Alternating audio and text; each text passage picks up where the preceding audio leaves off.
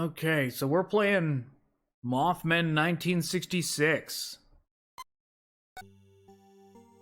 It's like a pixel art, retro, horror choice game. I'm actually gonna have to edit this in post because it doesn't even have a full screen option, I am noticing. Goodies. Oh.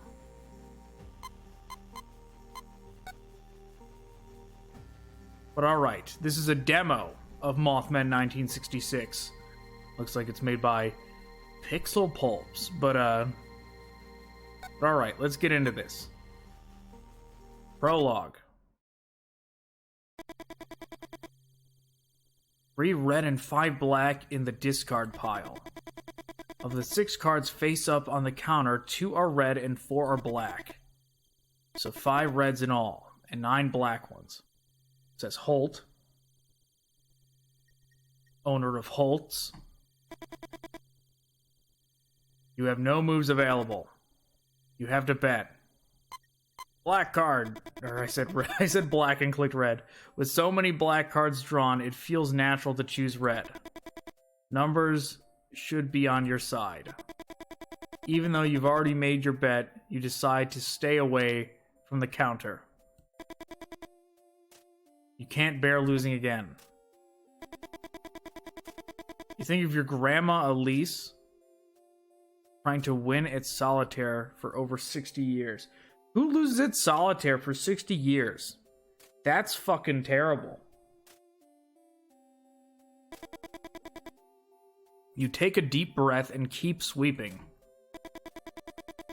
Elise has been paralyzed from the waist down since she was 21.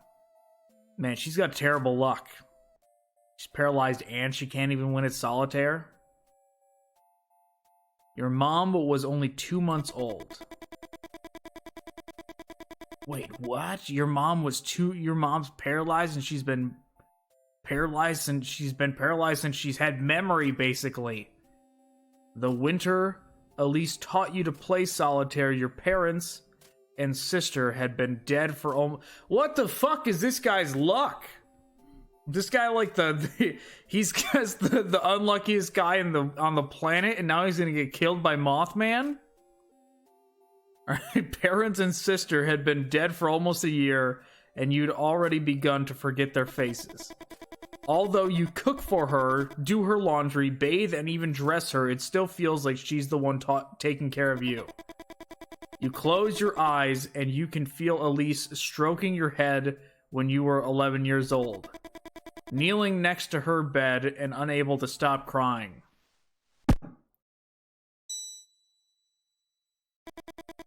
Suddenly the bell rings and you feel an invisible force trying to drag you into the present. Look through the window. It's Mothman. Those fucking kids. The first brat is followed by 2 more, stepping on the hose and activating the bell for a second and 3rd time. You don't know what comes over you, but you yell some things at them that you're too ashamed to remember. You justify yourself thinking that they might be the ones who got into your workshop at night and stole some parts of the replica machine gun you're building. No one would mess with your project. The Weenan steam machine gun was something very special. These kids yell at you, old freak, and laugh, sheltered by the distance. Deep down you know that it can't be them. How would they know which parts of the machine gun were worth stealing? Anyway, that guard dog's been brought over in a few days. No, I said that wrong. Anyway, that guard dog's being brought over in a few days, and you'll be able to stop worrying. Check the hose. Looks like it's been chewed by Mothman. You think about what someone told you at the bar about replacing the hose with a thicker one so that it could only be activated by the weight of a car. And what happens if the kids jump with their bikes and land on top of the hose with one of the wheels, you asked? Kids are always going to find some way to bust your balls. This is like a very minor thing, to be honest. This is not something to get mad about.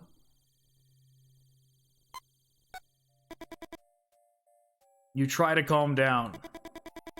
You look at the shelves and think of the solitaire your grandma taught you. Your grandma always said that everyone has their place in the world, and that people do nothing but dance around it without ever reaching it. To win this solitaire, you have to stop dancing. You know that the chances of winning it are very low. Almost zero. What? Winning solitaire is not almost 0% chance?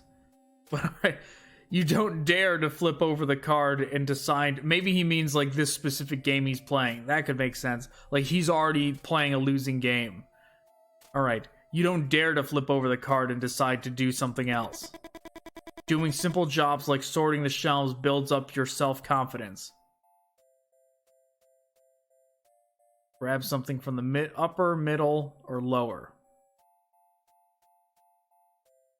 Middle. Middle. What the fuck are we doing here?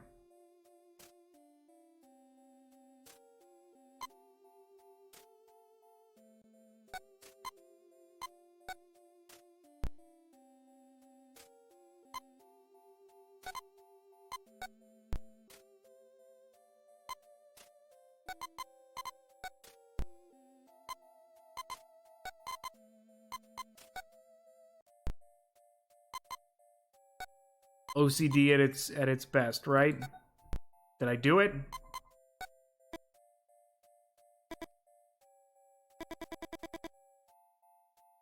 That's right, I did it. My OCD showed me the way. Oh, it's Mothman. Oh, no, it's a car.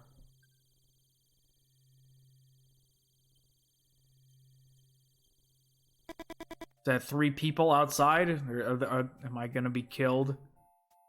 You scratch your head. This time, the trick doesn't seem to work. You feel the same urgency as before, and you can't think of anything else. Flip that fucking card. Is this card going to be red? You need it to be red. Suddenly, the air seems heavy, and you find it a bit difficult to breathe. When you turn, surprise paralyzes you. Mothman. 3 men in black are staring at you. They don't look that scary. Through the window, you see a black Cadillac by the pump. Yes? You wish you had asked them how they got into the station without you hearing the door open. Or how they left the car where they did without the bell ringing. I mean, that is a good question, actually. Like, if they're just CIA or something, how did they do that? But what trembling, or maybe they're all Mothmen and they're aliens and they teleported inside. Just like how did Mothmen call Richard Gere in Mothman prophecies, but alright, back on this. But the trembling yes was the only thing you managed to articulate. The crane. The crane! After a few seconds of not receiving any response, you decide to break the silence. Oh, shit. Give them directions to the crane. Yeah, get them out of your store, bro. I don't know why I said bro like that. But continue straight up.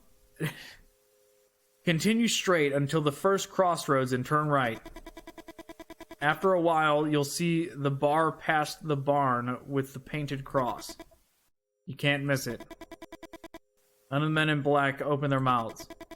Every second that passes, you feel the smile on your face more and more ridiculous. The crane.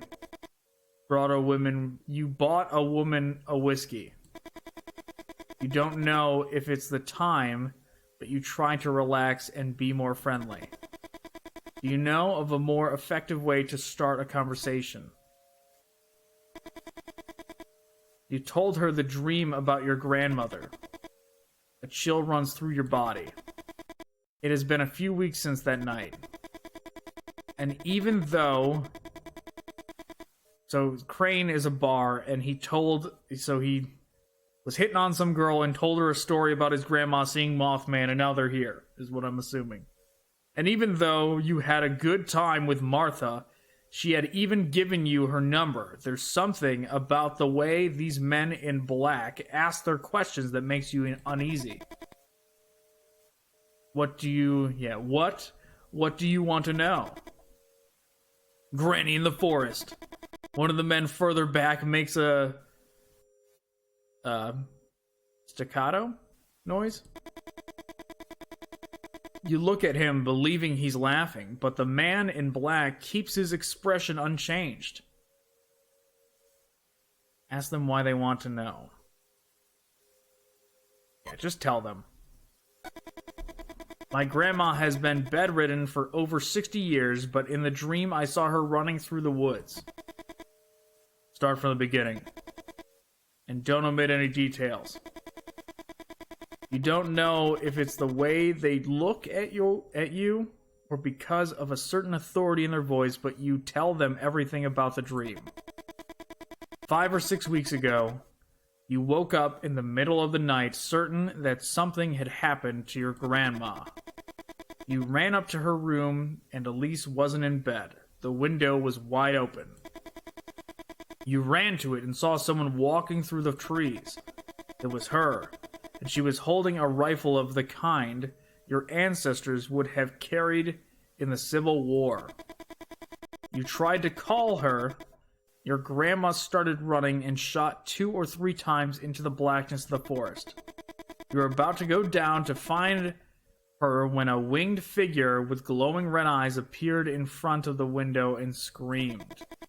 You stumbled backwards, and after hitting your head on the bedpost, you lost consciousness.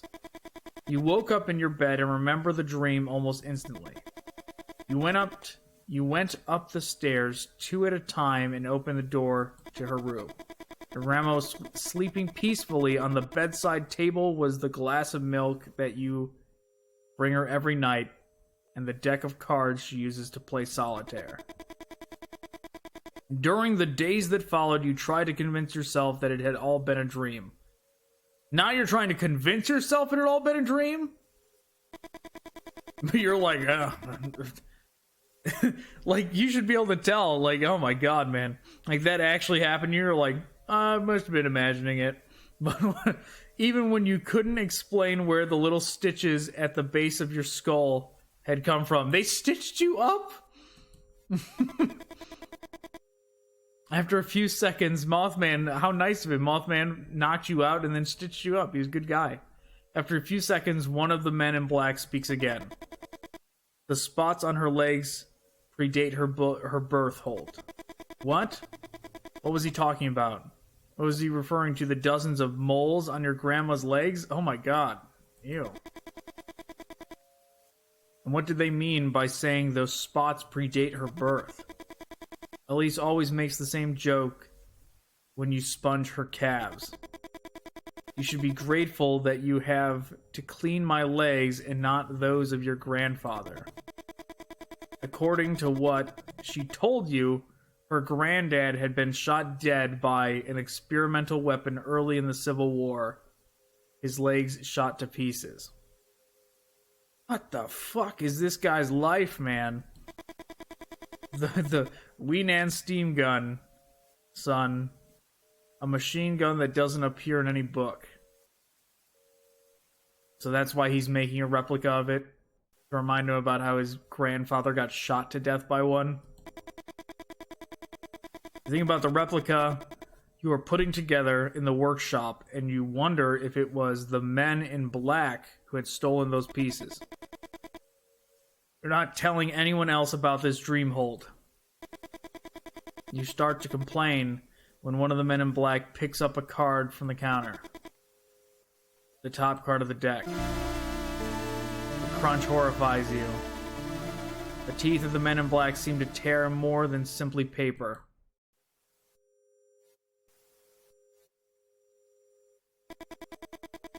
Desperate, you throw yourself under the counter and look for the card. Your heart is pounding.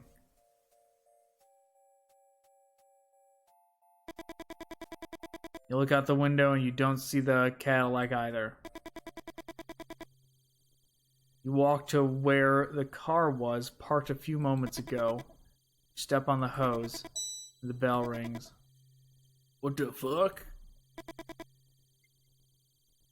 Jack of diamonds. Red, I knew it. Oh, he's happy again. Gonna convince himself they were a dream too. You think about the edge of one of the men in black tore off. And you remember the noise he made when he chewed it. Was it a threat? A warning? You wonder if you should tell your grandma everything that happened or just shut your mouth. And keep playing solitaire with a marked card. End of the prologue. Chapter 1. Lee, what's wrong? Victoria, I told you, it's nothing. That damn pause again. There's something she's not saying. The Mustang purrs. You shake your head side to side, a sadness inside. The sound of an engine hides no secrets. Victoria, Lee, you're right. You bite your lip inside. Why is everything so damn hard? Victoria settles into her seat. Victoria. Let's start over, okay? Where are we going? It's a surprise. That's not an answer. I mean, it kind of is, but not really. Please. No, Vic. Have some patience. You'll never forget this night. Victoria giggles, and you think this is the best gift in the world. For a moment, you forget all the previous discussions, your obsessions. A giggle, a friendly gesture. Making someone feel good ain't rocket science. You look at the clock and can't believe your eyes. You left your house on time, but you're pretty late. How could you step on the gas? Lee. Lee. You scratch at the side of your head. Wow, you hate being told how to drive so much. Lee? Why doesn't she just tell you how to slow down? Or no, why doesn't she just tell you to slow down? You don't like how she hides what she really wants to say behind the name your parents gave you. What in the fuck? You take your foot off the gas. Thanks. You're trying your best. You really think Victoria could be the one? The one. Your dad once said the perfect woman doesn't exist. Couples form when people get tired of looking and just give up. You remember your mom's attacks. All those women's names she called out as if they were part of an endless grocery list. You'll not end up like him. Anything but that. You try to smile and force yourself to be more cheerful. You want me to give you some clues about today's date? Yes. Victoria looks you in the eyes and you feel a warmth in your face that takes you by surprise. You felt the same thing the first time you saw her in college. Stay watching her for a few seconds that seem like forever. What, do I have a booger? Where? You can't help laughing out loud and have a hard time containing the urge to kiss her.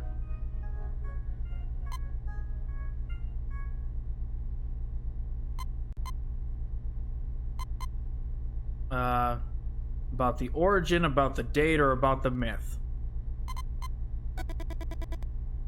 It happened 100 years ago. Victoria answers almost immediately after all. You're both majoring in history. The end of the Civil War! No, not in 1865. I mean exactly 100 years ago, Vic. Oh, let me think then. You're running out of time? There was a cholera outbreak in 1866, right? Cold! How twisted do you think I am to set up a date related to a 100-year-old cholera outbreak? Victoria laughs and hits you on the shoulder. You chuckle too and pretend it hurt.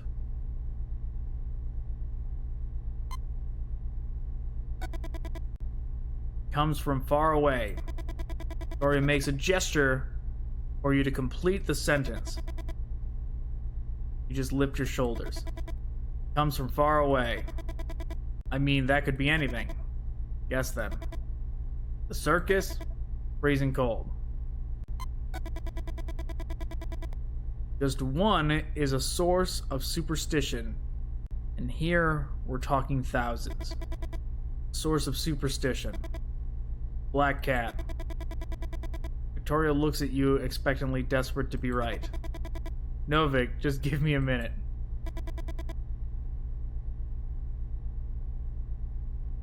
Just saying. She's desperate to be right about the black cat. He's like, I'm taking you to a 100-year-old 1,000-cat black farm. Or black cat farm. But alright, Lee. You won't guess it unless you reach out to open the glove box and Victoria grabs your wrist. Better leave it to me. Victoria opens the glove box and looks inside. A folder, a box, a flashlight. What exactly are you looking for?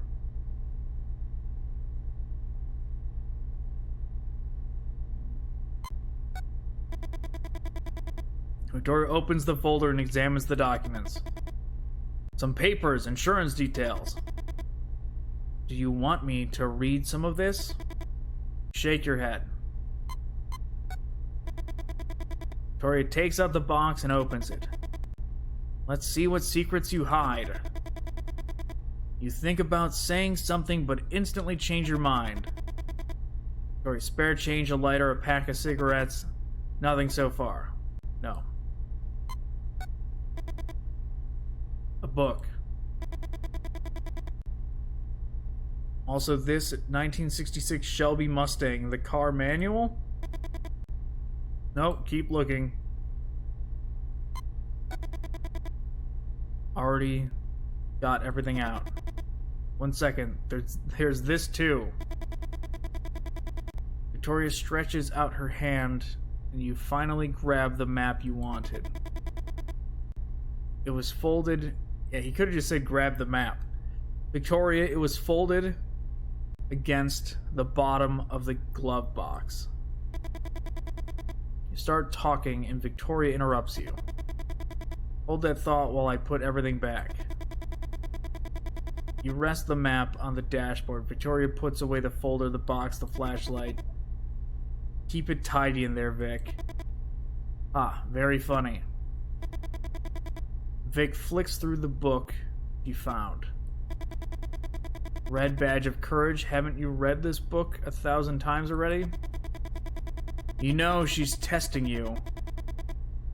That you don't have to explain to someone like her why you carry the seminal work of your college degree's focus around everywhere. What the hell is this? Suddenly you remember you are using the pencil sketch that Victoria drew of you in one of your classes as a bookmark.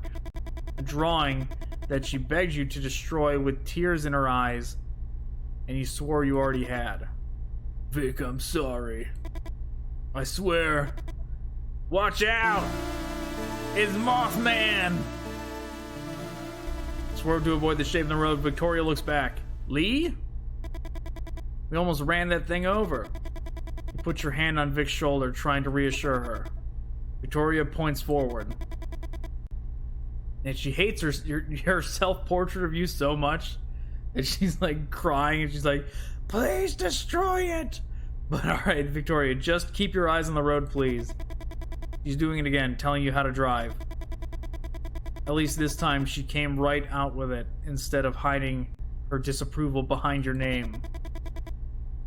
You try to control yourself, but it's hard. It's not just the last thing, but the accumulation of all the small gestures. You take the map and throw it on her lap. Victoria raises her arms in disbelief. The Leonids. Victoria, we are going to have dinner watching the Leonids. Victoria says nothing. Forgive me for trying to arrange the perfect date.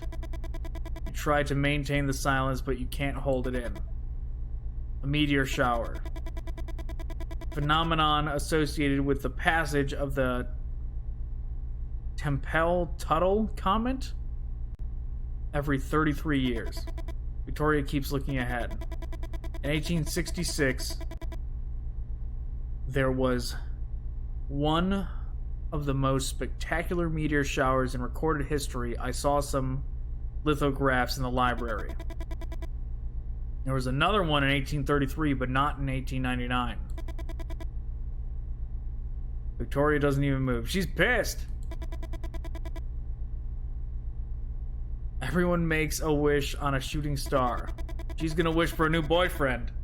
Oh shit. Just imagine how many wishes you can make with thousands of shooting stars in the sky. Sorry, Victoria settles in her seat. You know what, Lee? Shut up. Oh, she's real mad. All you had to do was throw the map in her lap, and she's like, fuck this guy. But you've never heard her use that tone before. Just keep quiet until we reach. She pauses as she examines the map you threw on her lap. Holt Station? You feel your heart pounding. Your hands are shaking. That's what she wants? For you to keep quiet? For you not to say a goddamn word? Your hands grip the wheel tight. All the preparations you made for tonight. Everyone else was gathering at the central square to see the meteor shower, but your friend Freddy had worked out the ideal place to see them in all their splendor away from the city lights. And Victoria had ruined it.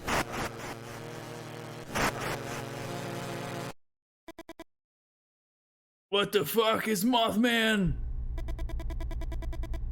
A shadow twitches next to the Mustang's radio antenna. What is Mothman doing up there? What the hell is that? Stop, Lee, stop! You slam on the brakes. Instinctively, you put a hand in front of Victoria to keep her from hitting the windshield. You get out of the car and fight a dead bat in front of the headlights.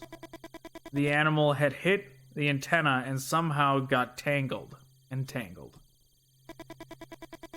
You can't believe it. What are the odds of something like this happening? Don't bats have some advanced echolocation system like sonar or on submarines? What starts as a simple grunt in your throat emerges as a helpless scream. Fuck! This is what I get for trying to do something different. You pause. After a while, it seems overdramatic. Sometimes you feel like you're outside your own body, looking back at you, watching you, analyzing you. Lee. We should have gone to the movies. Lee, Vic's whispering. It doesn't take long to see why. Over there. The coyote is watching you from its place where the dark of the forest mixes with moonlight. Vic, we got this? What do you mean we got this? Get back in the car. Don't try and fight the coyote. It's not interested in us. You point to the dead bat. They're scavengers. Okay, that's what he means by we got this. Alright. You hear a growl that quickly multiplies. Oh, it's a bunch of them. Suddenly you're surrounded. It's not the first time you've faced coyotes in the woods, but you're not taking any chances. When I say run to the car as fast as you can, you try to recall all the advice you've heard for situations like these. Make lots of noise, wave your arms around. Oh god, one of the coyotes in front of you approaches. Lee?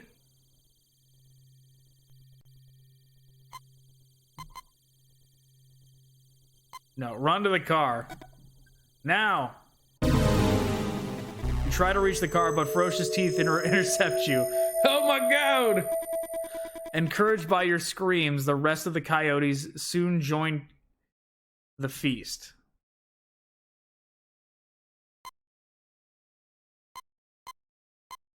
Goody. No, not doing that.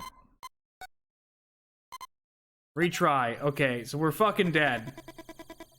One of the coyotes in front of you approaches. Lee, yell and gesture. Yell at one of the coyotes on this side of the car. Yell at one of the coyotes on the other side of the car. Don't yell right now. Okay, so we're here, this side of the car. How do I know?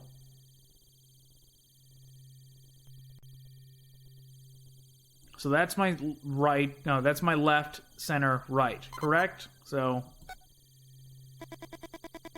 another coyote advances. You look into his watery, bloodshot eyes. Yell and gesture.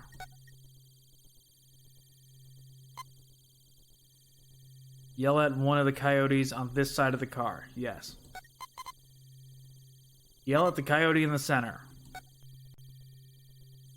Yell and gesture. This side of the car. On my left. Shit. 3 coyotes advance at once. Yelling or waving your arms around won't be enough this time. Bang on the hood. You hit the car hard.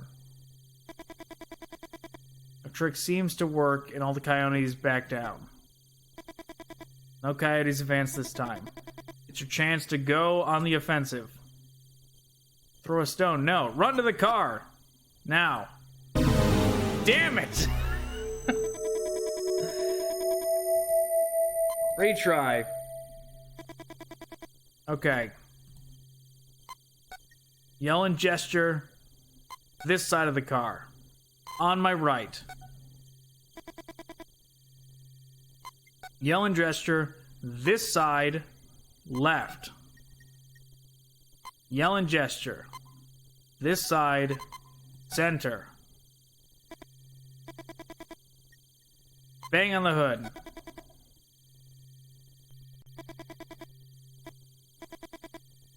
Alright, time to go on the offensive. Throw a stone. You crouch down and find 4 stones. You pick them up.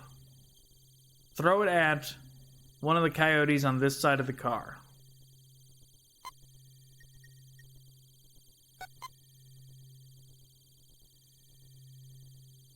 Throw it at the coyote to your right.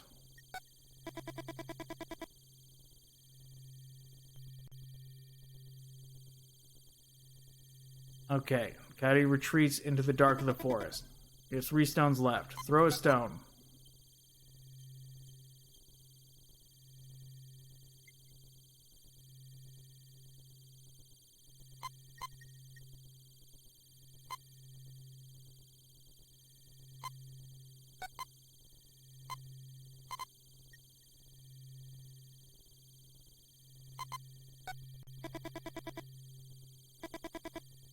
Two stones left. Throw a stone.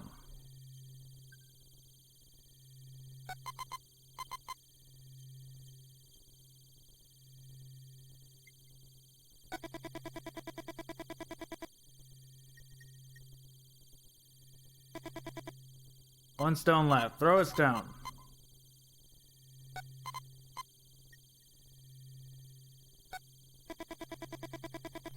We did it. Run to the car, now! You get in the car, close the doors, and Victoria starts laughing. Although you know the reaction is more adrenaline than anything else, you start laughing too, and then kiss her. You start up the car, and the V8 roars into life. You resume the trip. After a few wordless minutes, you suddenly remember something.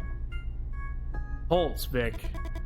We're going to the Holtz gas station. We're going to Holtz gas station. Victoria starts whistling. The doubts, the fears, everything seems a bit ridiculous now. You think about the plans you made for tonight and smile.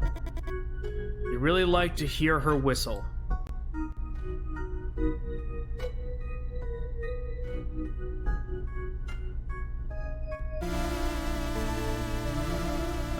Congratulations, you made it to the end of the demo. But not to the end of the story. Yeah, Mothman's gonna kill us. Victoria and Lee are looking forward to their special date, far from the city, the perfect place to enjoy the heavenly phenomenon of the Leonids. As well as Holt, the gas station manager, they'll meet Lou Hill, a writer with some interesting ideas about Mothman. But Victoria, Lee, and Lou won't be the only ones visiting Holt's. A group of mysterious winged creatures seems to congregate around the place. Why? What do they seek? Is there any correlation with the passing of the Tempel-Tuttle comet and the Leonid's meteor shower? And will the animals in the area continue to behave so strangely? All this and much more in Mothman 1966. See you next time. Congratulations. Scan the QR code and get an exclusive wallpaper for your phone. Okay, well, that was a nice demo. You know, they did what they can with like, this is obviously not a huge budget game, but I mean, even still, it managed to be pretty well written and charming for the little bit, for, you know, whatever budget they had and staff they had for this. Whether it was one person or a small team, I don't know. But yeah, if you liked it, check it out. Thanks for watching. Goodbye.